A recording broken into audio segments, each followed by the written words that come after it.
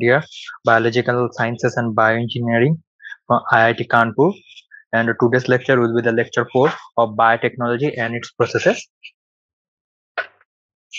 So last দিন আমরা কোথায় শেষ করেছিলাম? লাস্ট দিন আমরা শেষ করেছিলাম পিসিআর মেশিনে, এবং পিসিআর মেশিন থেকে আমরা কিভাবে খুব অল্প সংখ্যক ডিএনএ ব্যবহার করে সেটা থেকে কিভাবে তার অ্যামাউন্ট ইনক্রিজ করতে পারি, এবার পরিমাণ ইনক্রিজ করতে পারি, এবং সেটাকে আমরা পরবর্তীকালে অ্যানালিসিস করতে পারি বিভিন্ন কাজের জন্য, সেটা আমরা দেখেছিলাম। এবং পিসিআর এর থ্রু আমরা কি জানতে পারি? পিসিআর এর থ্রু আমরা এটা জানতে পারি যে পিসিআর এর থ্রু আমরা এটা জেনেছিলাম যে পিসিআর এর দ্বারা কোনো জিনকে ক্লোনিং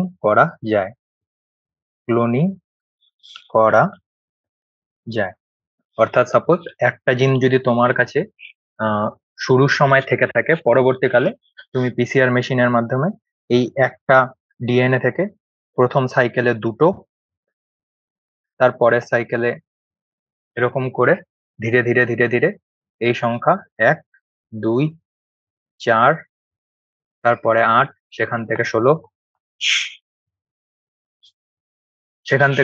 আর এরকম ভাবে আমরা ধীরে ধীরে তার অ্যামাউন্ট ইনক্রিজ করতে পারি। আজকে আমরা যে পোর্শনটা শুরু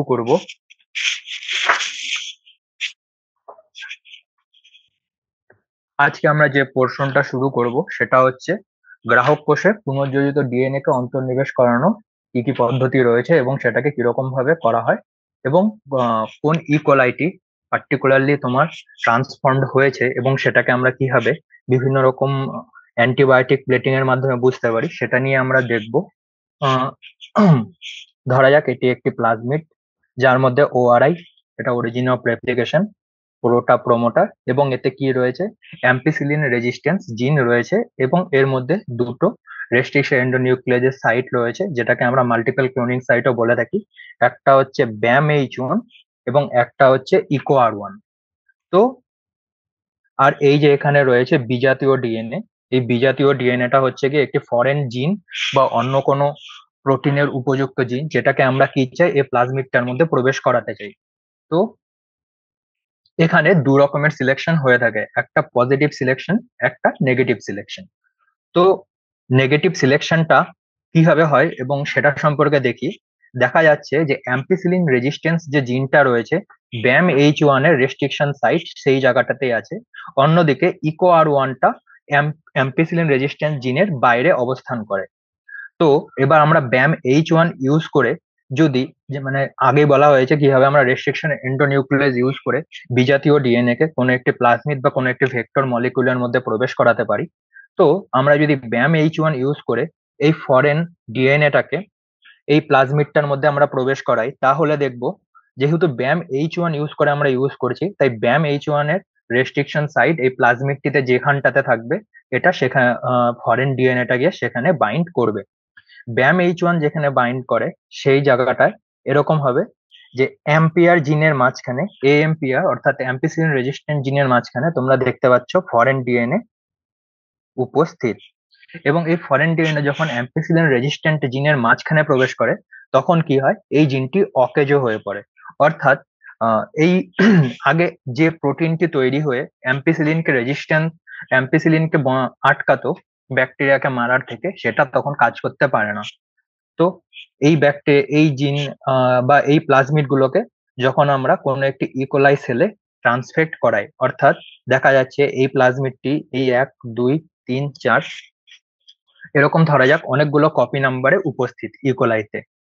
এবার এই ব্যাকটেরিয়া গুলোকে যদি আমি কোনো একটি অ্যান্টিবায়োটিক নেই এমন একটি মিডিয়াতে প্লেটিং করি, তাহলে ধীরে ধীরে কলোনি জন্মাবে। কটা কলোনি জন্মাবে? ধরা যাক 1, 2, 3, 4, এই 4টে হচ্ছে এক একটি bacterial colony.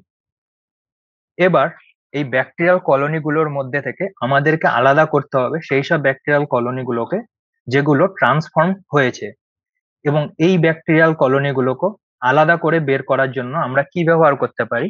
Dot blot technique. এই ডট ব্লট টেকনিকটা কি? একটা ধরা যাক যেরকম সিল হয়ে থাকে, যে সিলটা আমরা ইউজ করে থাকি একাডেমিকে, ওরকম যদি কোনো একটা সিল যেটা কাঠের হয়, তার এই জায়গাটা হালকা করে জাস্ট কালচারের উপরে হালকা করে জাস্ট নামিয়ে দেওয়া হয়। এবং এর ফলে কি হয়, ধরা যাক এখানে 1 2 3 4 8টে জায়গা আছে, এই 8টে কলোনির ছাপ এই উপরের এই কাঠের জায়গাটাতে লেগে যায়। পুরোটা লেগে যায় না, হালকাটা কিছুটা লেগে যায়। ধরা যাক 1 2 3 4 5 6, এখান থেকে এখানে এই 6টা কলোনি তোমার কাঠের এই সিলটার মধ্যে লেগে গেল। নিয়ে এটা তখন কি করতে হবে, এমন আর একটা জায়গায় নিতে হবে যেটার মধ্যে কি রয়েছে, অ্যাম্পিসিলিন রয়েছে, এমন একটি মিডিয়ার মধ্যে হালকা করে আমরা লাগিয়ে দেব। এর ফলে কি হবে, পার্টিকুলারলি সেই ব্যাকটেরিয়া গুলো যেগুলোর মধ্যে ভেক্টর ট্রান্সফর্মড হয়েছে কিন্তু ট্রান্সফর্মড ভেক্টরটি ঢোকেনি, সেটা কি করবে, সেটা ধীরে ধীরে সেই ব্যাকটেরিয়াল কলোনি গুলো ধীরে ধীরে বাঁচবে। যেমন দেখা যাচ্ছে 1 4 এবং 5 নম্বর যে কলোনিটা ছিল, সেই কলোনি গুলো তো কিন্তু এই ব্যাকটেরিয়াতে সেই কলোনি গুলো কিন্তু অ্যাম্পিসিলিন রেজিস্ট্যান্ট অ্যাম্পিসিলিন যুক্ত মিডিয়াতে যখন আমরা কালচার করি তখন সেটা বেঁচে থাকে। এর দ্বারা আমরা কি বুঝতে পারি, যে পার্টিকুলারলি এই ব্যাকটেরিয়া গুলোতে আমাদের রিকম্বিনেন্ট ভেক্টর মলিকুল প্রবেশ করেনি, বরঞ্চ যে ব্যাকটেরিয়া গুলো মরে গেছে, যাদের অ্যাম্পিসিলিন রেজিস্ট্যান্ট করার ক্ষমতা আর নেই, তাদের মধ্যেই, সেই ব্যাকটেরিয়া গুলোর মধ্যেই তোমার চয়েস অফ ডিএনএ মলিকুল রয়েছে। তো এটা হচ্ছে একটা negative selection technique. Negative selection টেকনিকে তোমাদের যে ব্যাকটেরিয়া গুলোকে প্রয়োজন বা ট্রান্সফর্মড ব্যাকটেরিয়া গুলো থাকবে, সেগুলো একটা সময় গিয়ে মারা যাবে। এবং আমরা এখান থেকে দেখে এই যে মাস্টার প্লেট যেটার মধ্যে আমরা অ্যাকচুয়ালি করেছিলাম, সেটার মধ্যে আমরা বুঝতে পারি আচ্ছা এই নম্বর ব্যাকটেরিয়াটা, এই কলোনির ব্যাকটেরিয়া গুলো 2 নম্বর কলোনিতে, অর্থাৎ এখান থেকে এখানে 1 নম্বর প্লেট থেকে 2 নম্বর প্লেটে গিয়ে এরা মারা গেছে, সুতরাং এরাই ট্রান্সফর্মড ব্যাকটেরিয়া। এটা হচ্ছে গিয়ে নেগেটিভ সিলেকশন। এবার যদি আমরা পজিটিভ সিলেকশন করি, পজিটিভ সিলেকশনের সময় আমরা কি দেখব, সাপোজ আমরা ইকো R1 ইউজ করলাম। ইকো R1 যদি আমরা ইউজ করে থাকি তাহলে কি হবে, এই যে এই ফরেন ডিএনএটা, এই ফরেন ডিএনএটা কোথায় প্রবেশ করবে, ইকো R1 এর ক্লোনিং সাইটে, অর্থাৎ এই জায়গাটাতে গেল, এই জায়গাটাতে ফরেন ডিএনএ রয়েছে। এবার এর কিন্তু অ্যাম্পিসিলিন প্রতিরোধক যে জিনটা রয়েছে, অর্থাৎ অ্যাম্পিসিলিন রেজিস্ট্যান্ট যে জিনটা রয়েছে, সেটা অক্ষত।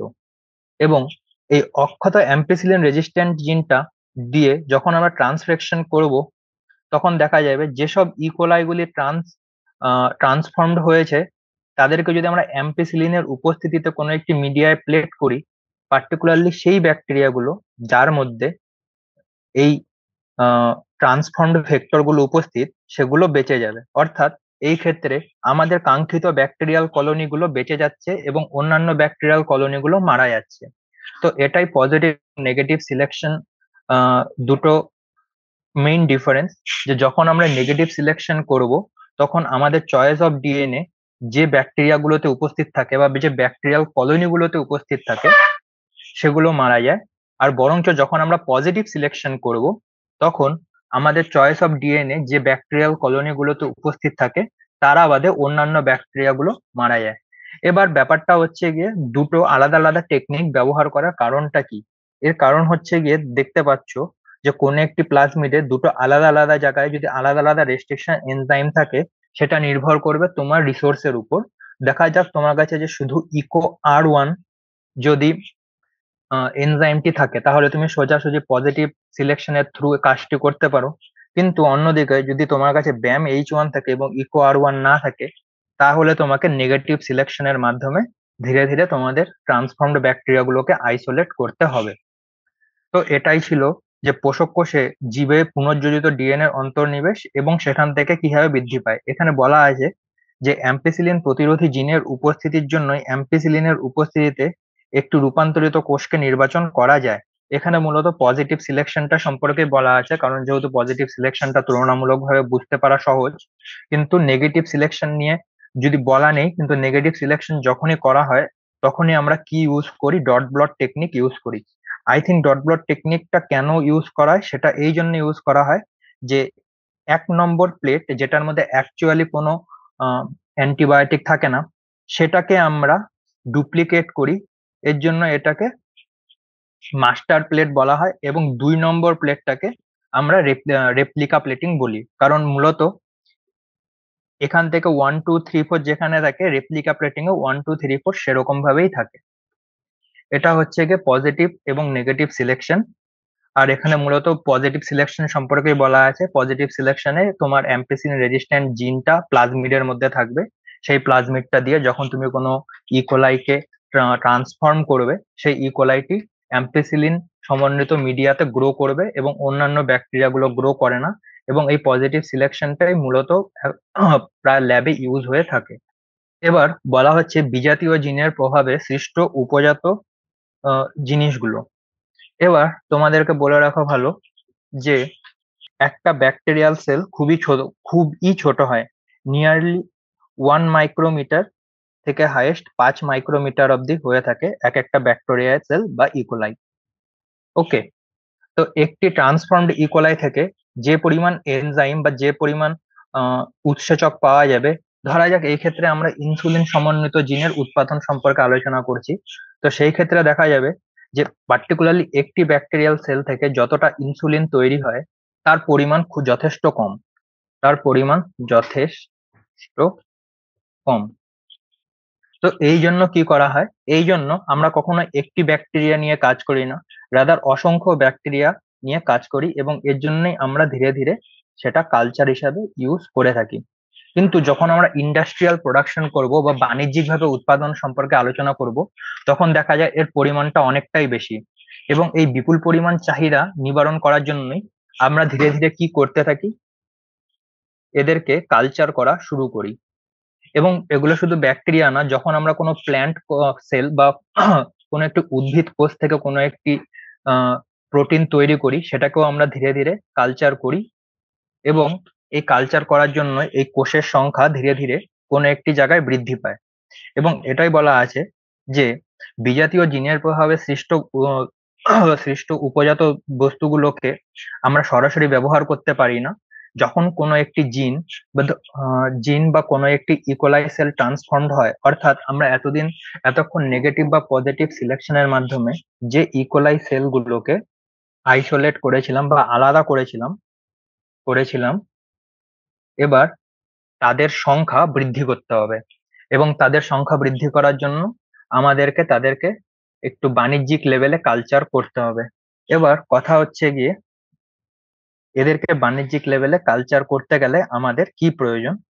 তো যখনই আমরা কোনো জিনিসকে বাণিজ্যিক লেভেলে কালচার করব, তখন আমাদের কি ইউজ করতে হয়, বায়োরিয়াক্টর। বায়োরিয়াক্টরটা কি, বায়োরিয়াক্টরটা এখানে বলা আছে, কিন্তু অনেক সময় একে ফার্মেন্টারও বলা হয়ে থাকে।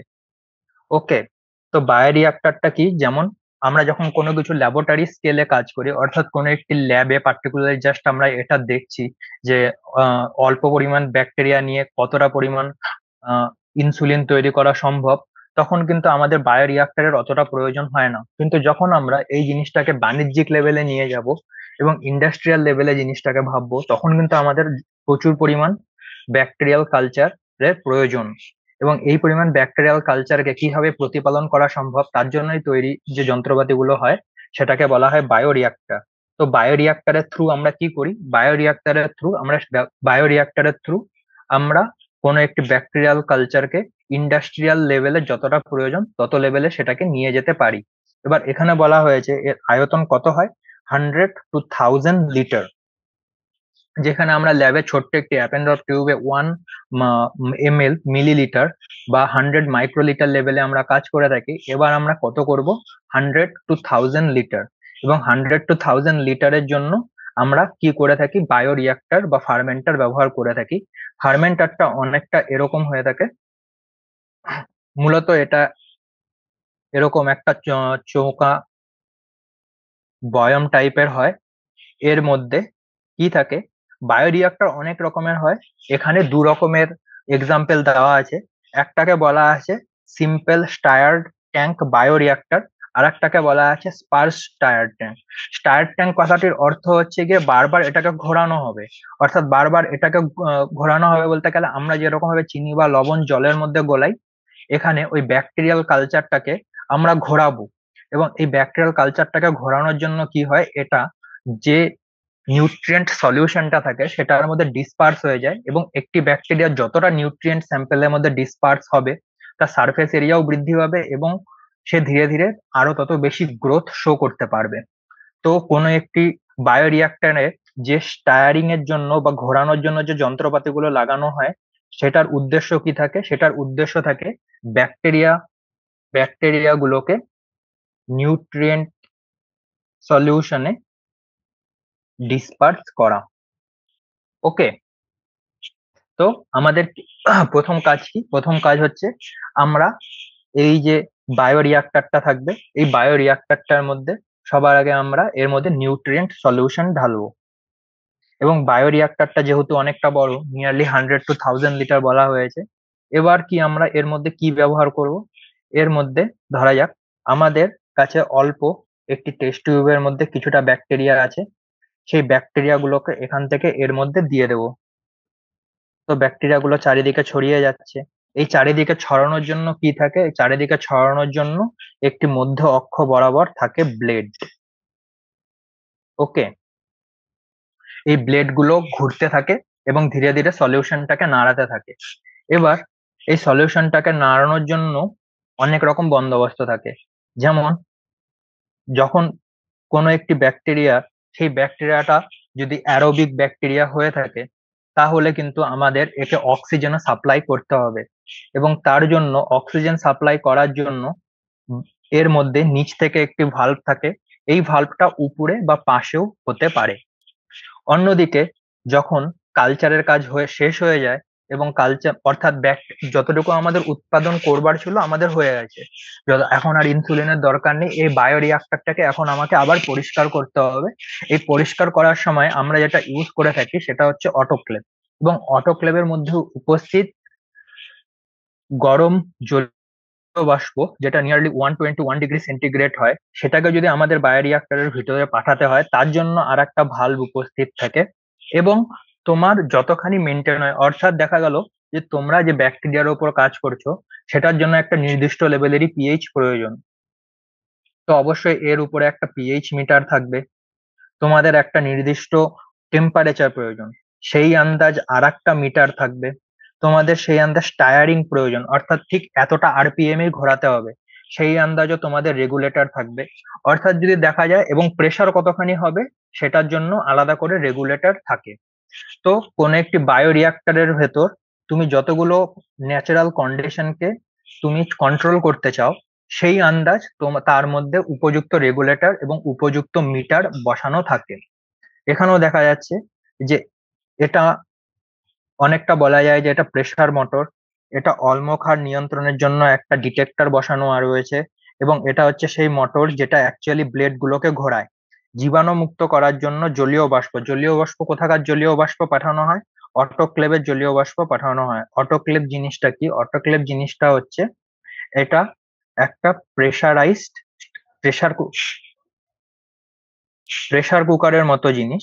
প্রেসার কুকারের মতো জিনিসে এটার মধ্যে জল থাকে, এবং তখন প্রেসার কুকারে আমরা কি করি? প্রেসার কুকারে আমরা তার মধ্যে বাষ্পের যে চাপটা রয়েছে অর্থাৎ প্রেসার রয়েছে সেটাকে ইনক্রিজ করি, এবং যখন আমরা কোনো কিছুর ওপর প্রেসার ইনক্রিজ করি সেটার স্ফুটনাঙ্ক কিন্তু ধীরে ধীরে বাড়তে থাকে, অর্থাৎ বয়লিং পয়েন্টটা বাড়তে থাকে।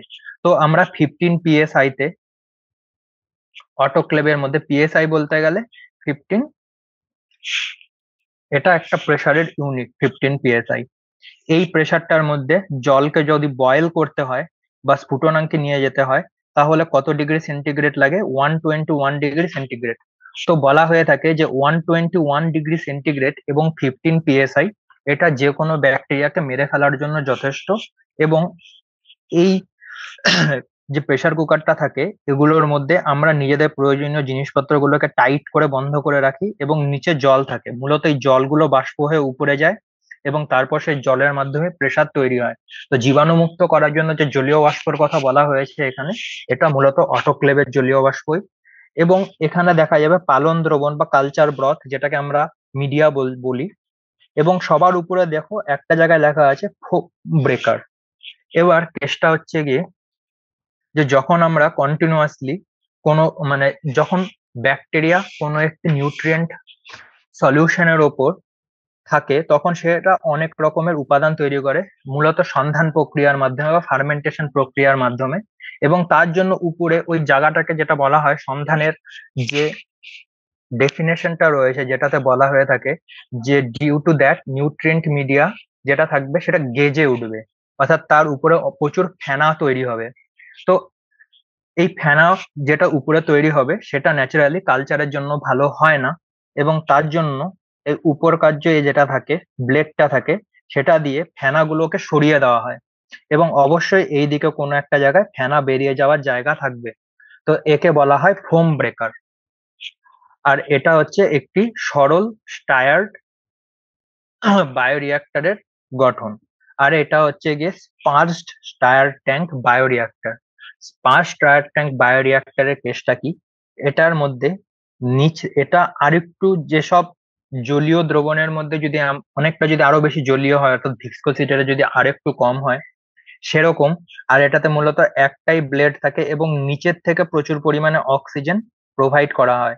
আর অক্সিজেন যখন জলের মধ্যে যায় এটা গোল গোল গোল গোল তৈরি করে, এবং যেহেতু এটা গোল রঙের বুদবুদ তৈরি করে, এবং আমরা জানি যে কোনো সার্কেলের বা যে কোনো স্ফেয়ারের বাইরের যে স্ফেরিক্যাল এরিয়াটা থাকে সেটা হাইয়েস্ট হয় rather than to its volume.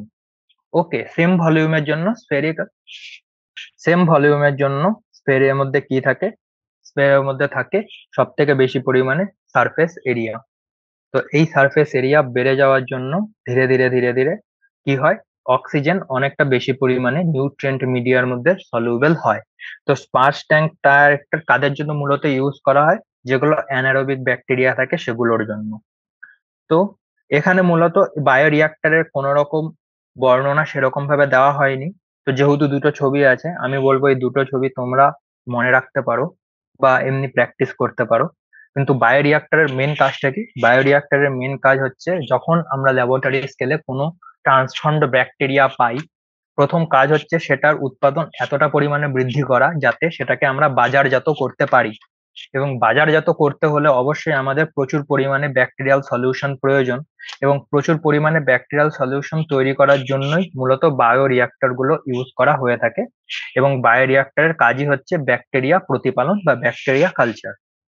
এবার কথা হচ্ছে গিয়ে এখানে একটা কথা বলা রয়েছে যে সক্রিয় লগ এক্সপোনেনশিয়াল বৃদ্ধি দশা বজায় রাখার জন্য একদিক থেকে, এবার আমরা বারবার এই কথাটা বলে আসছি যে কোনো একটি ব্যাকটেরিয়া থেকে যদি আমরা কোনো একটি প্রোডাক্ট চাই, অর্থাৎ প্রোটিন চাই, তাহলে ব্যাকটেরিয়া কিন্তু সবসময় সেই প্রোটিনটা তৈরি করে না। ব্যাকটেরিয়ার যদি আমরা জীবনের গ্রোথ কার্ভ দেখি তাহলে দেখব ব্যাকটেরিয়ার সংখ্যা কোনো একটি কালচার মিডিয়ামে প্রথমে স্থির থাকে, তারপর প্রচুর পরিমাণে বৃদ্ধি পায়, এবং তারপর ধীরে ধীরে স্থগিত হয়ে যায়, এবং তারপর ধীরে ধীরে ডিক্লাইনিং ফেজ বা ডেথ ফেজে চলে যায়, যার পর সমস্ত ব্যাকটেরিয়া গুলো মারা যায়। এবার বিভিন্ন রিসার্চের মাধ্যমে দেখা গেছে এই যে স্টেশনারি ফেজটা আছে, যেখানে মূলত ব্যাকটেরিয়ার অ্যামাউন্ট বৃদ্ধি পায় না, এই সময়ই প্রচুর পরিমাণে প্রোডাক্ট পাওয়া যায়। অর্থাৎ সাপোজ কোনো একটি ব্যাকটেরিয়া আমরা চাইছি ইনসুলিনের জন্য, কোন একটি ব্যাকটেরিয়া চাইছে অন্য কোনো একটি প্রোটিনের জন্য বা অন্য কোনো একটি লিপিডের জন্য, তাহলে কিন্তু মূলত স্টেশনারি ফেজটাকে ইউজ করা হয়। তো সবার আগে দেখবো ব্যাকটেরিয়ার গ্রোথ ফেজটাকে কিরকম ভাবে লেখা হয়। তো মূলত সময় সময় ধীরে ধীরে এখান থেকে এদিকে বৃদ্ধি পাবে, এবং ব্যাকটেরিয়ার সংখ্যা নিচের থেকে উপরের দিকে বৃদ্ধি পাবে। তো প্রথমে যে ফেজটা আছে সেটাকে বলা হয় যে log phase, sorry, lag phase. তো ল্যাগ ফেজটাকে কি দ্বারা চিহ্নিত করা হয়ে থাকে, ল্যাগ ফেজটাতে বলা হয়ে থাকে এই সময় ব্যাকটেরিয়ার সেলের ডিভিশন সব থেকে কম হয় এবং মূলত তারা সংখ্যায় বৃদ্ধি পায় না। অনেক সময় এই কথাটা বলা হয়ে থাকে যে এই সময় ব্যাকটেরিয়াল সেল বা অন্যান্য যে সেলগুলো ল্যাগ ফেজে থাকে তারা সেল ডিভিশনের জন্য যেসব প্রোটিন গুলোর প্রয়োজন হয় বা ডিএনএ এর অ্যামাউন্ট ইনক্রিজ করার জন্য যেসব প্রোটিন গুলো প্রয়োজন হয় সেই প্রোটিন গুলো সিনথেসাইজ করতে থাকে রাদার দ্যান সেল ডিভিশন। অর্থাৎ তারা কোষ বিভাজন বন্ধ রাখে এবং কোষ বিভাজনের জন্য তারা প্রস্তুতি নিতে থাকে। তার পরের দশাকে বলা হয় লগ ফেজ বা এক্সপোনেনশিয়াল ফেজ।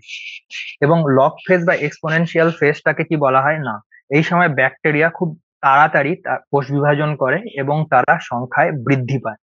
কেন এরা সংখ্যায় বৃদ্ধি পায়?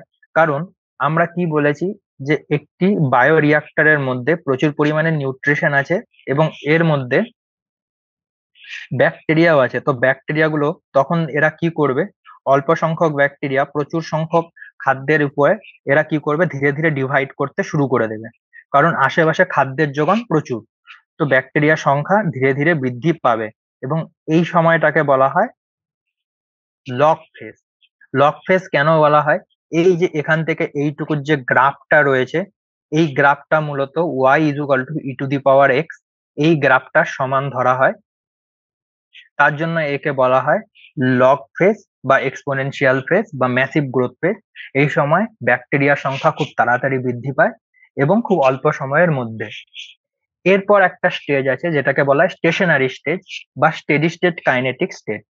এই সময় কি হয়, এই সময় ব্যাকটেরিয়ার, সাপোজ এখানে আমরা বায়োরিয়াক্টরের মধ্যে যতখানি খাদ্যের যোগান দিয়েছি, সাপোজ তারপর আমরা আর এর মধ্যে কোনো রকম খাদ্য বা পুষ্টি পদার্থ দেওয়া বন্ধ করে দিলাম, তাহলে কি হবে, একটা সময় পর্যন্ত তো ব্যাকটেরিয়া প্রচুর পরিমাণে হয়ে যাবে, কিন্তু তারপর খাদ্যের অভাবে কি হবে, খাদ্যের অভাবে ব্যাকটেরিয়ার যে সেলগুলো থাকে সেগুলো ধীরে ধীরে ডিভাইড হতে পারবে না, অর্থাৎ তাদের সংখ্যা ধীরে ধীরে বৃদ্ধি পাবে না। এবং এই জন্য স্টেশনারি ফেজে কি হয়, স্টেশনারি ফেজে ব্যাকটেরিয়ার সংখ্যা ধীরে ধীরে বৃদ্ধি পায় না এবং তারা এই অবস্থায় থাকে, এবং বলা হয় এই সময়ই ব্যাকটেরিয়া সমস্ত রকমের সেকেন্ডারি মেটাবোলাইট এবং আমাদের ইন্ডাস্ট্রির জন্য প্রয়োজনীয় যে প্রোটিন গুলো থাকে তাদের উৎপাদন সর্বাধিক হয়, এবং এই সময়কার ব্যাকটেরিয়া গুলোকেই আমরা ব্যবহার করে থাকি। এবার এই কন্ডিশনের পর আমরা যদি ব্যাকটেরিয়াকে আরো পুষ্টি পদার্থ প্রদান করি, তাহলে কি দেখা যাবে, ব্যাকটেরিয়ার সংখ্যা ধীরে ধীরে আরো বৃদ্ধি পাবে। কিন্তু যদি আমরা কোনো রকমের পুষ্টি পদার্থ প্রদান না করি, তাহলে খাদ্যের অভাবে কি হবে, ব্যাকটেরিয়া গুলো ধীরে ধীরে ধীরে ধীরে মারা যেতে থাকবে। এবং তার জন্য দেখা যাচ্ছে যে স্টেশনারি ফেজের পরে আমরা কিন্তু একটি ডিক্লাইনিং ফেজ দেখতে পারছি, অর্থাৎ এই ডিক্লাইনিং ফেজকে কি বলা হয়, ডেথ ফেজ। এবং এটি স্টেশনারি স্টেজের পর পুষ্টির যোগান যদি না দেওয়া হয়, ব্যাকটেরিয়া খাদ্যাভাবে মারা যায়। তো মূলত কি করা হয়, দু রকমের বায়োরিয়াক্টর পাওয়া যায়, একটাকে বলা হয় ব্যাচ, একটাকে বলা হয় কন্টিনিউয়াস। ওকে, তো ব্যাচ বায়োরিয়াক্টরে কি হয়, একবার পুষ্টি পদার্থ সবকিছু দিয়ে দিলে, তারপর ব্যাকটেরিয়া দিয়ে দিলে, তারপর এদের একটা নির্দিষ্ট স্টেশনারি সময় এদের আগের থেকে জানা থাকে, এত ঘন্টা পর পুরো কালচারকে তুলে নাও, কালচারকে তুলে নিয়ে প্রোটিনটাকে আলাদা করো। এই হলো ব্যাচ বায়োরিয়াক্টরের ওভারঅল কাজ। কিন্তু কন্টিনিউয়াস বায়োরিয়াক্টরে কি হয়, কন্টিনিউয়াস বায়োরিয়াক্টরে দুটো জায়গা থাকে, একটা পুষ্টি পদার্থ দেবার এবং আরেকটা যে ব্যাকটেরিয়া যে পদার্থগুলোকে তৈরি করছে সেটা বের করে নেবার। অর্থাৎ সাপোজ এখানে ব্যাকটেরিয়া রয়েছে, 1 ঘন্টা পর তুমি আবার কিছুটা খাদ্যের যোগান দিলে এবং ভিতর থেকে কিছুটা ব্যাকটেরিয়াকে বের করে নিলে। এর জন্য কি হয়, এদের গ্রাফ স্টেশনারি ফেজের পরও ধীরে ধীরে উপরে উঠতে থাকে। এটা হচ্ছে কন্টিনিউয়াস ব্যাচ কালচার, কন্টিনিউয়াস রিয়াক্টরের ক্ষেত্রে, এবং এটা ব্যাচ বায়োরিয়াক্টরের ক্ষেত্রে হয়ে থাকে। এবং তারপরে যেটা লেখা আছে যে সংশ্লেষিত উপজাত বস্তুর প্রক্রিয়াকরণ, এবং বাংলা নামটি যেটা আছে সেটাকে মুখস্থ করার বদলে আমি তোমাদেরকে বলবো এটার যে ইংরেজি প্রতিশব্দটা ব্যবহার করা হয়েছে ডাউনস্ট্রিম প্রসেসিং, এই শব্দটি উচ্চারণ, এই শব্দটি ব্যবহার করতে পারলেই মূলত ভালো। তো ডাউনস্ট্রিম প্রসেসিং, এবং তার আগে নিশ্চয়ই আপস্ট্রিম প্রসেসিং সম্পর্কেও কিছু লেখা থাকবে। না, এখানে আপস্ট্রিম প্রসেসিং সম্পর্কে কিছু লেখা নেই। তো ডাউনস্ট্রিম প্রসেসিং আর আপস্ট্রিম প্রসেসিং কাকে বলে সেটা নিয়ে আগে একটু বলে নিই। ডাউনস্ট্রিম প্রসেসিং, আপস্ট্রিম বলতে গেলে আমরা বায়ো রিয়াক্টরে যখন কোনো কিছু ঢালি এবং বায়ো রিয়াক্টর থেকে প্রোডাক্টটাকে যখন আমরা বের করে নিই, সাপোজ আমরা বায়ো রিয়াক্টর থেকে ইনসুলিন তৈরির জন্য যতখানি মিডিয়া কালচার ছিল আমরা একদিন দিয়েছিলাম প্রোটিনকে, ব্যাকটেরিয়াকে যে একদিনে ইনসুলিন তৈরি করো, ওরা তৈরি করেছে, এবং তারপর এই যে সলিউশনটা আছে সেটা আমরা এখান থেকে একটি পাত্রে কালেক্ট করলাম। এবার এখানে যে সলিউশনটা থাকবে এটার মধ্যে কি কি থাকবে, ব্যাকটেরিয়া থাকবে, মৃত ব্যাকটেরিয়ার কোষ থাকবে, আরো অন্যান্য হাজারটা জিনিস থাকতে পারে, কিন্তু এর মধ্যে ইনসুলিনও রয়েছে। তো আমাদের কাজ কি, আমাদের কাজ হচ্ছে এটাকে পিউরিফাই করা বা ক্লিন করে করে শুধুমাত্র ইনসুলিন যেটা থাকবে সেটাকে আলাদা করে আইসোলেট করা এবং অন্যান্য জিনিসকে বাদ দিয়ে দেওয়া। এই যে অর্থাৎ বায়োরিয়াক্টর থেকে স্যাম্পেলটাকে কালেক্ট করার পর ধীরে ধীরে ধীরে ধীরে সেটাকে পিউরিফাই করব, এই জিনিসটাকে বলা হয় ডাউনস্ট্রিম প্রসেসিং। অর্থাৎ যখন আমরা বায়োরিয়াক্টর থেকে কোনো পদার্থটাকে নিয়ে নেব এবং পরবর্তীকালে সেটাকে আরো একটু পরিষ্কার করে এবং আরো অনেক রকম ভাবে ধীরে ধীরে নিজেদের প্রয়োজনীয় উপাদানটিকে আলাদা করব, সেটাকে বলা হয় ডাউনস্ট্রিম প্রসেসিং। এবং এই ডাউনস্ট্রিম প্রসেস, এই উপাদানের আগের সমস্ত কাজকে বলা হয় আপস্ট্রিম প্রসেসিং। অর্থাৎ কোনো একটি জিনিস, অর্থাৎ বায়োরিয়াক্টর থেকে বের করার আগে অবধি সব কাজ আপস্ট্রিম। অর্থাৎ আমরা যত বলছিলাম ভেক্টর বাগেরা থেকে শুরু করে যত ডট ব্লট সবকিছু আপস্ট্রিমে যাবে, এবং প্রোডাক্ট নিয়ে যাওয়ার পর যা কিছু থাকবে সেটা কিসে আসবে, ডাউন স্ট্রিম। তো ডাউনস্ট্রিম ব্যাপারটা কি, ডাউনস্ট্রিম ব্যাপারটাতে কি করা হয় সেটা আমরা একটু দেখব। যে ধরা যাক এটা একটা বায়োরিয়াক্টর, এই বায়োরিয়াক্টর থেকে আমরা 1 ঘন্টা পর যা পেলাম সেগুলোকে কালেক্ট করলাম, এবং এর মধ্যে কি কি রয়েছে, এর মধ্যে পসিবিলিটি কি কি থাকবে। সাপোজ ইনসুলিন আছে, জীবিত ব্যাকটেরিয়া থাকবে, তারপর মৃত ব্যাকটেরিয়া থাকবে, সুগার, লিপিড এবং অন্যান্য প্রোটিন ও থাকবে। তো আমাদের কাজ কি, আমাদের কাজ হচ্ছে এই যে মিক্সচারটা বায়োরিয়াক্টর থেকে পাওয়া গেছে এটাকে আমরা নেব এবং এটা থেকে জীবিত ব্যাকটেরিয়া, মৃত ব্যাকটেরিয়া, অন্যান্য সুগার, লিপিড আরো যা যা প্রয়োজনীয় আছে সেই জিনিসটাকে আমরা সরিয়ে দেব, এবং শুধুমাত্র ইনসুলিনটাকে হয়তো কোনো একটা সলিউশনে বা হয়তো কোনো একটা বাফারে বা হয়তো কোনো একটা পাউডার ফর্মে আমরা এই জিনিসটাকে চাই, যাতে সেটাকে আমরা বাজারে ব্যবহার করতে পারি এবং মানুষের উপযোগী করতে পারি। তো যখন আমরা বায়োরিয়াক্ট থেকে থেকে কোনো একটি মিডিয়া জিনিস নেই এবং সেটাকে আপ টু মানুষের ব্যবহার উপযোগী করার যে প্রসেসটা থাকে, এর মধ্যে তার স্টোরেজ কত ডিগ্রি সেন্টিগ্রেডে আমরা সেটাকে রাখবো, আলোর উপস্থিতিতে সেটাকে রাখা উচিত কি উচিত না, এই জিনিসগুলোকে বলা হয়ে থাকে ডাউনস্ট্রিম প্রসেসিং।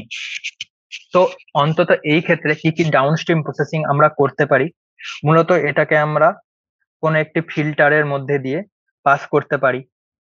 এরকম একটি ফিল্টার থাকে, তার মধ্যে দিয়ে যদি আমরা পাস করাই, এরকম যদি ফিল্টার থাকে এবং তার মধ্যে দিয়ে যদি আমরা পাস করাই, তাহলে এতটুকু ছিদ্রের মাধ্যমে কি হবে, সমস্ত ব্যাকটেরিয়া, প্রোটোজোয়া এবং অন্যান্য জিনিসপত্র আটকে যাবে। এরপর আমরা যে সলিউশনটা পাবো সেটার মধ্যে আমাদের কি চেক করা উচিত, ভাইরাস রয়েছে কি নেই। কারণ ভাইরাস পার্টিকেল খুব ছোট হয় এবং এরা খুব সহজেই ফিল্ট্রেশনের মধ্যে চলে আসতে পারে। যখন আমরা এটা সম্পর্কেও শিওর হয়ে যাব যে না, আমরা যে বস্তুটি তৈরি করছি সেটার মধ্যে কোনো রকম ভাইরাস নেই, তারপর আমরা কি করতে পারি, এখানে উপস্থিত ইনসুলিন সহ অন্যান্য ব্যাকটেরিয়া গুলোর মধ্যে বিভিন্ন রকম উৎসেচক প্রয়োগ করতে পারি, যাতে এর মধ্যে শুধুমাত্র ইনসুলিন প্রোটিন থেকে যায় এবং অন্যান্য লিপিড এবং সুগার এরা চলে যায়। শুধুমাত্র ধরা যাক এর মধ্যে প্রোটিন মলিকুলসই আছে। এবার এর মধ্যে থেকে প্রোটিন মলিকুল গুলোকে আইসোলেট করার জন্য আমরা কি করতে পারি, আমরা এখানে অ্যাফিনিটি ক্রোমাটোগ্রাফি ইউজ করতে পারি। অ্যাফিনিটি ক্রোমাটোগ্রাফি কি জিনিস, ক্রোমাটোগ্রাফির মধ্যে একটা কলাম টাইপের থাকবে এবং এর মধ্যে এমন ম্যাটেরিয়াল থাকবে যেটার মধ্যে ইনসুলিনের অ্যান্টিবডি বাউন্ড করে রয়েছে। গেল। এবার যখন আমরা এই প্রোডাক্টটিকে এর মধ্যে দিয়ে ঢেলে দেব তখন কি হবে, এর মধ্যে তো ইনসুলিনও আছে এরকম, আবার ধরা যাক ইনসুলিন ছাড়া অন্যান্য প্রোটিনও আছে, এই লালগুলোকে আমরা ইনসুলিন ধরলাম। তো দেখা যাবে কিন্তু এই যে পোরাস ম্যাট্রিক্সটার মধ্যে আমরা কি বলছি যে না, এটার মধ্যে কিসের অ্যান্টিবডি রয়েছে, এটার মধ্যে ইনসুলিনের অ্যান্টিবডি রয়েছে, তার জন্য অ্যান্টিবডি ইনসুলিনের সাথে বাইন্ড করে যাবে বা ইনসুলিন অ্যান্টিবডির সাথে বাইন্ড করে যাবে, এবং অন্যান্য যে উপাদানগুলো থাকবে সেটা ধীরে ধীরে ধীরে ধীরে এরকম এরকম করে নিচ দিয়ে চলে যাবে। তো অবশেষে আমাদের কাছে কি পড়ে, তারপর যদি আমরা এটার মধ্যে কোনো একটা এমন বাফার ইউজ করি যেটা এদের এই বন্ডিংটাকে কেটে দেয়, তাহলে আমরা কি পারবো, তাহলে আমরা নেক্সট স্টেপে পিওর ইনসুলিন পেতে পারি। তো এরকম ভাবে কোনো একটি বায়োরিয়াক্টর থেকে প্রোডাক্ট নিয়ে সেটাকে বিভিন্ন রকমের স্টেরিলাইজেশন পদ্ধতিতে বা ফিল্ট্রেশন পদ্ধতিতে ক্লিন করে মানুষের উপযোগী করার পদ্ধতিটাকেই বলা হয়ে থাকে ডাউনস্ট্রিম প্রসেসিং। এবং এর মধ্যে কি বলা হয়েছে, প্রক্রিয়াকরণের অন্তর্ভুক্ত ধাপগুলি হলো পৃথকীকরণ এবং বিশুদ্ধকরণ। পৃথকীকরণ বলতে বোঝা হয়েছে যে এক একটি জিনিসকে আলাদা করে দেওয়া, এবং বিশুদ্ধিকরণ মানে যে সেই জিনিসটার মধ্যে সাপোজ ধরা যাক প্রথমে কোনো একটি সলিউশন এমন পাওয়া গেল যেটাতে ইনসুলিন রয়েছে 1 mg/ml। এবার আমরা জিনিসটাকে যত বিশুদ্ধ করতে থাকবো তত এমন হতে থাকবে যে আলটিমেটলি এটা 2 mg/ml, ধরা যাক 1 mg/ml টা near about 50% of the solution. এবং এটাকে যত আমরা বিশুদ্ধ করতে থাকবো তত দেখা যাবে যে দ্রবণের মধ্যে যত প্রোটিন রয়েছে তার মধ্যে নিয়ার অ্যাবাউট 70%। দ্বিতীয়বার করার পর, তৃতীয়বার করবার পর দেখা গেল 90%, চতুর্থবার করবার পর 99%, এবং পঞ্চমবার করবার পর 99.999 ক্লোজ টু 100% হতে পারে। তো একই স্টেপ বারবার করতে করতে আমরা ডাউনস্ট্রিম প্রসেসিং এর থ্রু কোনো একটি জিনিসকে পিউরিফাই করতে পারি। এবং এখানে বলা হয়েছে যে উৎপাদিত বস্তুর সাথে উপযুক্ত সংরক্ষণ বস্তু অর্থাৎ প্রিজারভেটিভও মেশানো হয়ে থাকে। এবং কোন একটি, মূলত যদি কোনো একটি প্রোটিনের কথা এখানে আমরা বলে থাকি, সেই প্রোটিনটাকে যাতে আমরা খুব ভালো রকম ভাবে স্টোর করতে পারি, অনেক সময় সেটাকে কি করা হয়, সেটাকে প্রচন্ড ঠান্ডায় আমরা সেই সলিউশনের উপরকার যে বায়ুর চাপ থাকে সেটাকে কমিয়ে দেওয়া হয়। এবং বায়ুর চাপ যখন কমে যায় তখন আমরা কি জানি যে তার বয়লিং পয়েন্টও ধীরে ধীরে কমে যায়। এর জন্য যদি তোমরা তোমাদের পছন্দের বা প্রয়োজনীয় যে উপাদানটি রয়েছে বা প্রোটিনটি রয়েছে সেটাকে যদি তোমরা পাউডার ফর্মে আনতে চাও, তাহলে এমনটা করা যেতে পারে যে প্রচন্ড ঠান্ডায় যদি আমরা তার উপরকার বায়ুর চাপ কমিয়ে দিতে পারি তাহলে সেটাকে পাউডার ফর্মে আনা যাবে। তো এই ছিল বায়োটেকনোলজির প্রথম চ্যাপ্টারটা। এবং আজ আমরা কি পড়লাম, প্রথমে পড়লাম নেগেটিভ সিলেকশন এবং পজিটিভ সিলেকশন। নেগেটিভ সিলেকশনের ক্ষেত্রে আমরা কি দেখলাম, যে সাপোজ যদি আমরা BAM-H1 দিয়ে কাট করি তাহলে আমাদের যে ফরেন ডিএনএটা থাকে তাহলে সেটা অ্যাম্পিসিলিন রেজিস্ট্যান্ট জিনের মধ্যে প্রবেশ করে, এবং অ্যাম্পিসিলিন রেজিস্ট্যান্ট যে জিনটা থাকে সেটা অকেজো হয়ে যায়। এই প্লাজমিডটাকে যদি আমরা ইকোলাইতে ট্রান্সফেক্ট করি তাহলে এমন একটি ইকোলাই তৈরি হবে যা কখনো অ্যাম্পিসিলিন সমন্বিত কোনো একটি মিডিয়াতে গ্রো করতে পারবে না। তো তার জন্য আমরা কি করে থাকি, প্রথমে এটাকে নর্মাল মিডিয়াতে যার মধ্যে কোনো অ্যান্টিবায়োটিক নেই সেটাতে আমরা গ্রো করি।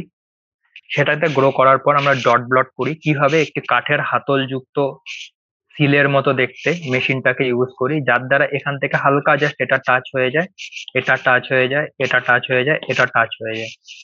এবং তারপর এই কাঠের ইয়েটা দিয়ে আমরা নতুন আরেকটি 2 নম্বর প্লেট, যেটাকে আমরা রেপ্লিকা প্লেটিং বলি, সেটার মধ্যে যখন আমরা আবার স্পর্শ করাবো তখন 1 নম্বর প্লেটের প্রত্যেকটি ব্যাকটেরিয়াল কলোনির যে পজিশনে স্থান ছিল এখানেও সেটা হয়ে যাবে। এবং তারপর যেহেতু এটার মধ্যে আমরা অ্যাম্পিসিলিন রাখি, পার্টিকুলারলি যে ব্যাকটেরিয়া গুলো ভেক্টর দ্বারা ট্রান্সফেক্ট হয়েছে সেগুলো মারা যাবে, এবং যে ব্যাকটেরিয়া গুলো রূপান্তরিত প্লাজমিড বহন করছে না তারা অ্যাম্পিসিলিনের এগেনস্টে রেজিস্ট্যান্ট শো করবে। এবং এই রেপ্লিকা প্লেটিং কে দেখে আমরা মূলত বুঝতে পারি যে কোন ব্যাকটেরিয়া গুলো মাস্টার প্লেটের মধ্যে ট্রান্সফর্মড ছিল। এটাকে বলা হয় নেগেটিভ সিলেকশন। অর্থাৎ নেগেটিভ সিলেকশন বলতে বোঝানো হয়েছে সেই ব্যাকটেরিয়া গুলোকেই সিলেক্ট করা হবে যে ব্যাকটেরিয়া গুলো মেইন এক্সামে মারা যাবে। অন্যদিকে যদি আমরা পজিটিভ সিলেকশনের কথা বলে থাকি তাহলে দেখবো যে এক্ষেত্রে আমরা ইকো-R1 ইউজ করছি, কারণ ইকো-R1 ইউজ করার জন্য বিজাতীয় ডিএনএটি ভেক্টরের AMPR জিনের মধ্যে প্রবেশ করে না, বরঞ্চ এটা ইকো-R1 এর ক্লোনিং সাইটে প্রবেশ করে। এবং আর1 এর ক্লোনিং সাইটে প্রবেশ করার জন্য এর মধ্যে যে অ্যাম্পিসিলিন প্রতিরোধক জিনটা থাকে সেটা অক্ষত থেকে যায়। এবং এরপর এই প্লাজমিডটা দিয়ে যদি আমরা ট্রান্সফেক্ট করি তাহলে দেখা যাবে যে ইকোলাই যে অ্যাম্পিয়ার জিন অক্ষত অ্যাম্পিসিলিন প্রতিরোধ করতো সেটা ছাড়া বাকি অন্যান্য সমস্ত ব্যাকটেরিয়া মারা যাবে। এবং এই মিডিয়াতে আমরা কেবলমাত্র সেই সব ব্যাকটেরিয়া গুলোকেই পাবো যে ব্যাকটেরিয়া গুলো অ্যাম্পিসিলিনকে প্রতিরোধ করতে সক্ষম। তো এরকম ভাবে নেগেটিভ এবং পজিটিভ সিলেকশনের মাধ্যমে পার্টিকুলারলি কোন ব্যাকটেরিয়া গুলো আমাদের প্রয়োজন বা কোন ব্যাকটেরিয়া গুলো ট্রান্সফর্মড হয়েছে সেটা সম্পর্কে আমরা জানতে পারি। এরপর আমরা কি দেখব? এরপর আমরা দেখব ব্যাকটেরিয়াল গ্রোথ কার্ভ। ব্যাকটেরিয়াতে কটা গ্রোথ স্টেজ থাকে? Lag phase, log phase, stationary phase and declining phase. Log ফেজে কি হয়? লগ ফেজে বলা হয়েছে যে সাপোজ কোনো একটি বায়োরিয়াক্টরের মধ্যে নিউট্রিশন মিডিয়া রয়েছে এবং তার মধ্যে তুমি কিছু সংখ্যক ইনোকুলেশন অফ ইকোলাই দিয়ে দিলে, অর্থাৎ ইকোলাই তুমি সেটার মধ্যে দিয়ে দিলে। তো প্রথমে কি হবে? ইকোলাই সোজা সেল ডিভিশন করবে না বা কোষ বিভাজন করবে না। ইকোলাইয়ের প্রথম কোষ বিভাজন করতে যতটা পরিমাণ সময় প্রয়োজন ততটা পরিমাণ সময়ের পর এটা কি করবে? সময়ের জন্য প্রয়োজনীয় সমস্ত রকম কোষের উপাদান এগুলো তৈরি করবে। দ্বিতীয় ফেজ হচ্ছে লগ ফেজ বা এক্সপোনেনশিয়াল ফেজ। এই সময় ব্যাকটেরিয়ার কোষের সংখ্যা প্রচুর পরিমাণে বৃদ্ধি পায় এবং তারপর যদি আমরা ধীরে ধীরে খাদ্যের উপাদান যদি বন্ধ করে দিই তাহলে দেখা যাবে যে ব্যাকটেরিয়ার সংখ্যা একটি জায়গায় যাওয়ার পর ধীরে ধীরে সেম হয়ে গেছে, অর্থাৎ এরা নির্দিষ্ট সময় ধরে একই রকম আছে। একে বলা হয় স্টেশনারি ফেজ। এবং স্টেশনারি ফেজেই মূলত আমাদের প্রয়োজনীয় উপাদানগুলো ব্যাকটেরিয়া তৈরি করে থাকে। এই জায়গায় যদি আমরা ব্যাকটেরিয়া কন্টিনিউয়াস কালচারের ক্ষেত্রে এই গ্রাফটা ধীরে ধীরে ধীরে ধীরে উপরে চলে যাবে এবং ব্যাচ কালচারের ক্ষেত্রে এটা নিচে চলে যাবে, অর্থাৎ ডেথ লাইন ফেজে। কেন যাবে এটা? আগেই বলা হয়েছে কন্টিনিউয়াস কালচারে আমরা প্রোডাক্ট ধীরে ধীরে বায়োরিয়াক্টর থেকে বের করতে থাকি, অন্যদিকে সেই বায়োরিয়াক্টরে ব্যাকটেরিয়ার প্রয়োজনীয় যা খাদ্য বা নিউট্রিশন রয়েছে সেটাকে আমরা ভরতেও থাকি।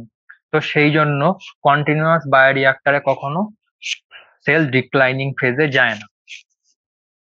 নর্মাল কন্ডিশনে যদি কোনো ভাইরাস অ্যাটাক হয়ে থাকে তাহলে যেতে পারে অবশ্যই। তো বায়োরিয়াক্টর তো আমাদের কি প্রয়োজন? আমাদের কোনো একটি ব্যাকটেরিয়া যা উৎপাদন করছে তা প্রচুর অ্যামাউন্টে প্রয়োজন, কারণ একটা সেলার কত সংখ্যক অ্যামাউন্টই বা তৈরি করবে যা একটা মানুষের জন্য ব্যবহার করা সম্ভব। তো এই জন্য আমাদের প্রচুর সংখ্যক ব্যাকটেরিয়া প্রয়োজন এবং তাই জন্য প্রয়োজন ব্যাকটেরিয়াল কালচার করা। এবং ব্যাকটেরিয়াল কালচার করার জন্য ইন্ডাস্ট্রিয়াল লেভেলে যে মেশিন ইউজ হয় তাকে কি বলা হয়? তাকে বলা হয় বায়োরিয়াক্টর বা ফার্মেন্টার। এগুলোতে কতটা থাকে? অ্যাকর্ডিং টু এই বইটা 100 থেকে 1000 লিটার তৈরি আমরা নিউট্রিয়েন্ট ব্রথ এটার মধ্যে ইউজ করতে পারি বা কালচারের অ্যামাউন্ট তৈরি করতে পারি। এটাতে কি থাকে? এটাতে দুটো যে বর্ণনা দেওয়া রয়েছে, সরল স্টায়ার ট্যাঙ্ক আর স্পার স্টায়ার ট্যাঙ্ক। এর মধ্যে মনে রাখতে হবে দুটোতেই এই যে নিউট্রিয়েন্ট ব্রথ গুলো আছে এটাকে ক্রমশ ঘোরানো হতে থাকে, অর্থাৎ স্টায়ারিং হতে থাকে, অর্থাৎ যেটাকে আমরা বলি যে গুলিয়ে দেওয়া। যেমন আমরা জলের মধ্যে চিনি এবং লবণকে স্টায়ার করি চামচ দিয়ে, এটাও ঠিক সেরকমই। এবং এর ফলে কি হয়? ব্যাকটেরিয়া গুলো নিউট্রিয়েন্ট সলিউশনের মধ্যে ডিসপার্স হয়ে যায় এবং একটি ব্যাকটেরিয়া যতটা ডিসপার্স হবে সে ততটা কম কম্পিটিশন ফেস করবে অন্যান্য পাশের ব্যাকটেরিয়া থেকে এবং এজন্য প্রথম গ্রোথ ফেজটা ভালো হয়ে থাকে। দু রকমের হয়, একটা সরল স্টায়ার ট্যাঙ্ক বায়োরিয়াক্টর আর একটা স্পার্স। এর মধ্যে মনে রাখতে হবে পার্সটার মধ্যে ধীরে ধীরে অক্সিজেন, এটা মূলত অ্যারোবিক ব্যাকটেরিয়ার জন্য করা হয়ে থাকে যাদের জন্য অক্সিজেন প্রয়োজন, এবং এর মধ্যে ধীরে ধীরে বাবেল আকারে অক্সিজেন প্রদান করা হয়ে থাকে। আর সংশ্লেষিত বস্তুর প্রক্রিয়াকরণ অর্থাৎ এর ডাউনস্ট্রিম প্রসেসিং এর মধ্যে কি বলা হয়েছে? যে উপাদানগুলোকে আমরা বায়োরিয়াক্টর থেকে কালেক্ট করি সেই উপাদানগুলোকে আমরা তখনই মানুষের কাজের জন্য ব্যবহার করা সম্ভব না, এবং এই জন্য এই উপাদানগুলোকে ধীরে ধীরে ধীরে ধীরে মানুষের ব্যবহারের জন্য যে প্রক্রিয়ার মধ্যে দিয়ে যেতে হয় তাকে বলা হয় ডাউনস্ট্রিম প্রসেসিং। এবং কি কি ডাউনস্ট্রিম প্রসেসিং হতে পারে? কি সেই সব ডাউনস্ট্রিম প্রসেসিং এর মধ্যে একটা হতে পারে যে, যেমন আমরা বলেছিলাম যে সাপোজ ইনসুলিন, জীবিত সেল, মৃত সেল অনেক কিছু রয়েছে। ধীরে ধীরে তোমাকে কি করতে হবে? বিশুদ্ধিকরণ, যে কথাটা এখানে বলা রয়েছে যে বিশুদ্ধিকরণ এবং পৃথকীকরণ। পৃথকীকরণ বলতে গেলে আলাদা করে দেওয়া, এবং বিশুদ্ধিকরণ বলতে গেলে শুধুমাত্র ইনসুলিনই থাকবে এবং অন্যান্য কোনো কিছুর অ্যামাউন্ট থাকবে না। দুটো কাইন্ড অফ সেম টার্মিনোলজি। তো ইনসুলিনটাকে আমরা আলাদা করার জন্য কি করতে পারি, প্রথমে ফিল্টার দিয়ে পাস করতে পারি যাতে সমস্ত ব্যাকটেরিয়া চলে যাবে। এর মধ্যে আমরা ভাইরাসের জন্য দেখতে পারি, যদি কোনো কালচারের মধ্যে ভাইরাস থাকে সেই ভাইরাস গুলোকে সরানোর জন্য আমাদের এই জিনিসটাকে অনেকবার ক্রোমাটোগ্রাফি করতে হবে। এবং ক্রোমাটোগ্রাফি হিসাবে কি ইউজ করতে পারি, অ্যাফিনিটি ক্রোমাটোগ্রাফি, যেখানে একটি ক্রোমাটোগ্রাফি তোমরা কেমিস্ট্রিতে পড়ে থাকবে। এই ম্যাট্রিক্স এর মধ্যে আমরা কি রেখেছি, ইনসুলিন যে অ্যান্টিবডির সাথে বাইন্ড করে সেই অ্যান্টিবডি গুলো, এই কালোগুলো। তো আমরা যখন ইনসুলিন সমন্বিত দ্রবণ এটার মধ্যে ফেলি তখন কি দেখা যাবে, যে নর্মাল এই সবুজ যে প্রোটিন গুলো ছিল সেগুলো বেরিয়ে আসলো, কিন্তু এই যে ইনসুলিন গুলো এগুলো অ্যান্টিবডির সাথে বাইন্ড করে গেছে। দ্বিতীয় সময় আমরা এমন কোনো একটা দ্রবণ বা বাফার ইউজ করি যা তাদের মধ্যেকার এই বন্ডিংটাকে ভেঙে দেয়। এবং এই বন্ডিংটা ভাঙার জন্য কি হয়, দ্বিতীয়বার আমরা যখন কাজটা করি, ক্রোমাটোগ্রাফি করি বা ব্যবহার করি, তখন ধীরে ধীরে আমরা শুধু ইনসুলিনের দ্রবণটা পেয়ে থাকি। তো এইসব ডাউনস্ট্রিম প্রসেসিং এর মাধ্যমে আমরা কোনো একটা জায়গা থেকে ডাউনস্ট্রিম প্রসেসিং এর মাধ্যমে আমরা প্রোটিনটা পেয়ে থাকি। তো ওভারঅল এই চ্যাপ্টারটা যদি দেখা যায়, তাহলে এই চ্যাপ্টারটার দাবি কি ছিল, এই চ্যাপ্টারটার দাবি ছিল যে যে কোনো একটি ব্যাকটেরিয়ার মধ্যে এমন একটা জিন ঢোকাতে হবে, সেই জিন ঢোকানোর জন্য কি রেস্ট্রিকশন এনজাইম প্রয়োজন, কোন ভেক্টর প্রয়োজন, কতটা লাইগেশন প্রয়োজন। অর্থাৎ একটি ব্যাকটেরিয়ার মধ্যে কোনো একটি হিউম্যান জিনকে তুলে একটি প্লাজমিডের মধ্যে প্রবেশ করানো, সেই প্লাজমিডটিকে তুলে একটি ব্যাকটেরিয়ার মধ্যে প্রবেশ করানো, এরপর ট্রান্সফর্ম ব্যাকটেরিয়া গুলোকে আলাদা করা, এবং আলাদা ব্যাকটেরিয়া গুলোকে কি করে ধীরে ধীরে বায়োরিয়াক্টরে কালচার করা, এবং কালচার করে সেখান থেকে বিভিন্ন স্টেপের মাধ্যমে উপযুক্ত পদার্থকে তৈরি করা। এটাই ছিল বায়োটেকনোলজি মেইন লক্ষ্য। অর্থাৎ এখানে বায়োলজিকে টেকনোলজির থ্রু এমন ভাবে মার্জ আপ করা হয়েছে বা এমন ভাবে একসাথে আনা হয়েছে যে এতদিন পর্যন্ত যে ইঞ্জিনিয়ারিং বায়োলজিক্যাল সিস্টেমে সম্ভব ছিল না, এখন আমরা বিভিন্ন পদ্ধতির থ্রু এই বায়োলজিক্যাল সিস্টেমেও ইঞ্জিনিয়ারিং করতে পারি।